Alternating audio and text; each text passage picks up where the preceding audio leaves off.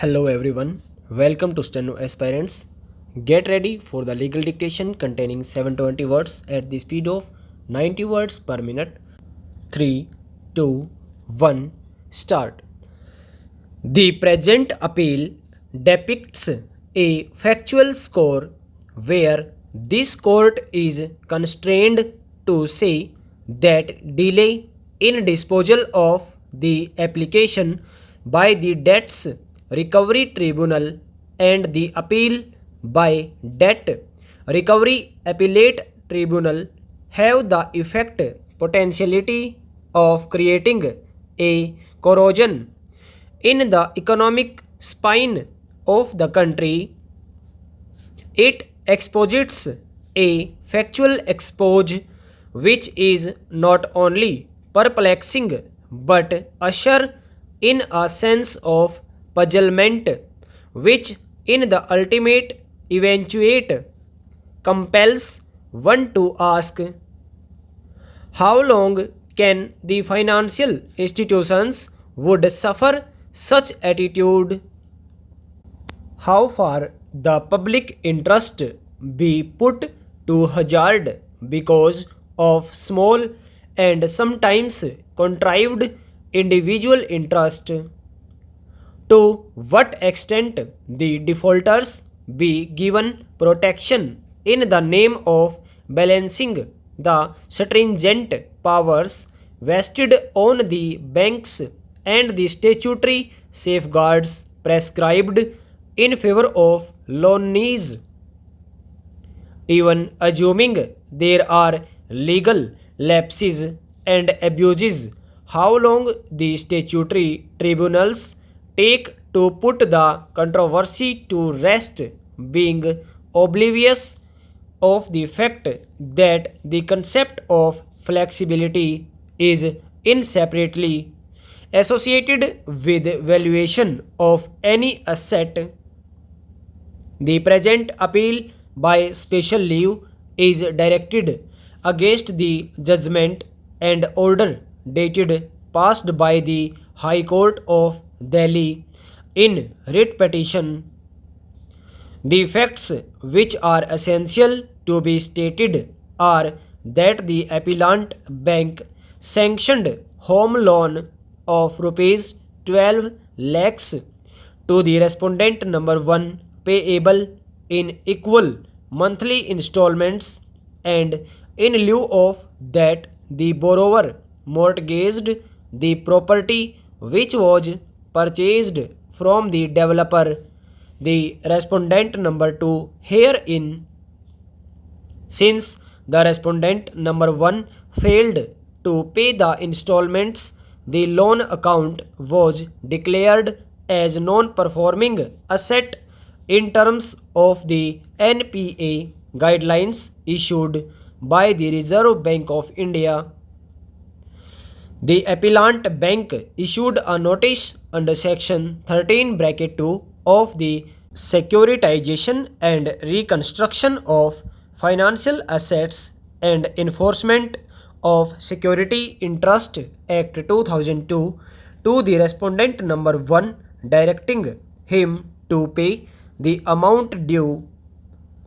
Since the respondent number 1 did not make any payment, the Tehsildar Gurugram took possession of the mortgaged property as per the order of the district magistrate and handed over the same to the appellant bank. The appellant bank, in order to sell the said property, published possession cum sale notice in the leading newspapers stating the terms and conditions of the public auction. In response to the said notice, the respondent number 3 submitted its bid form for purchasing the said property. The said action was challenged by filing an application under section 17(1) read with section 19 of the Act before the Debt Recovery Tribunal. The application was presented on before the RT 2nd Delhi, and the concerned presiding officer declined to pass any order and sought appropriate directions from the Debt Recovery Appellate Tribunal for transfer of the said application to some other DRT. As no order was passed by the DRAT, the matter was again placed before the DRT 2nd, and that day the DRT was informed that the bank had already taken over possession of the property in question and put the same into auction for sale. The borrower preferred a writ petition before the High Court on, and the High Court directed the borrower to deposit certain amount with the bank and further directed status quo as regards the property to be maintained. Eventually, the High Court wide order only directed the DRT to dispose of the appeal within 2 months, while finally disposing of the writ petition. The High Court opined that though no order was passed by the DRT, as the presiding officer was awaiting orders from the appellate forum, the bank ought not have decided to sell the property to render the appeal of the borrower to become infructuous, and tried to non-suit him. Be it noted, the DRAT wide its order transferred the case to another debt recovery tribunal. As the property was sold in auction, the auction purchaser, the third respondent herein, filed an application for impleadment, which was allowed. Before the DRT, her stand was that she had deposited the entire amount of rupees 25 lakhs with the bank, and if the borrower was still interested to retain his property, he had to purchase it from her. The DRT by its order adverted to the facts assertions made in the application filed by the borrower. Stop. Get ready for general dictation containing 720 words at the same speed. 3, 2, 1, go. The reasons why a development bank of this kind is necessary are not very difficult to understand. The size of the allocation for industrialization in the first 2 5-year plans was not on the whole so great as to strain the resources of the existing financial institutions, including banks. But latterly, the gaps in the present institutional framework for the provision of industrial credit, especially for medium and long-term periods, have come to light. This, I think, was inevitable. With a projected outlay of rupees 3100 crores for industrialization in the third 5-year plan, and with rising costs, it would have been surprising if the needs of industry could have been promptly or fully satisfied within our existing resources. As it is the establishment of a high-powered agency which may be able to undertake residual responsibility or ultimately for promoting or accelerating industrial growth has become urgently necessary. I am not unmindful, Sir Wahil. I am saying this of the effort which banks and other industrial finance corporations have been making to adapt themselves to the changes which are being brought about as a result of rapid industrialization. Bank advances this year at the peak of the busy season reached a record level, and nearly 60% of the advances are now granted for industrial purposes. In the case of the State Bank of India, which is our leading commercial bank, the figure, I believe, is even higher.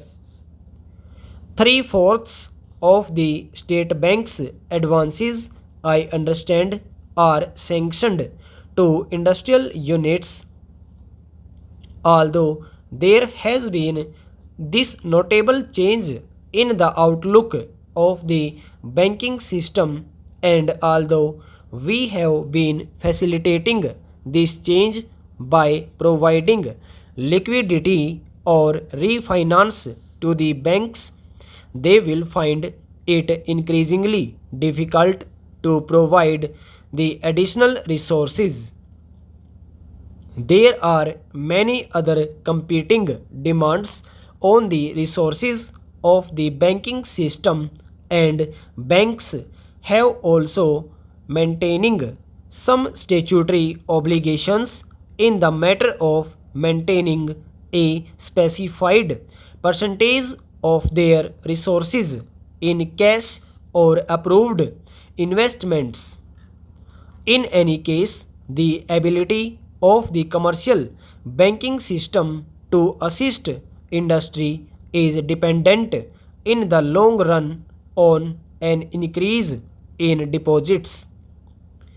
While banks can and should try to help the industry, it will be unrealistic to think that in the existing phase of development they can continue to carry the burden of financing industrial enterprises without any external aid or assistance.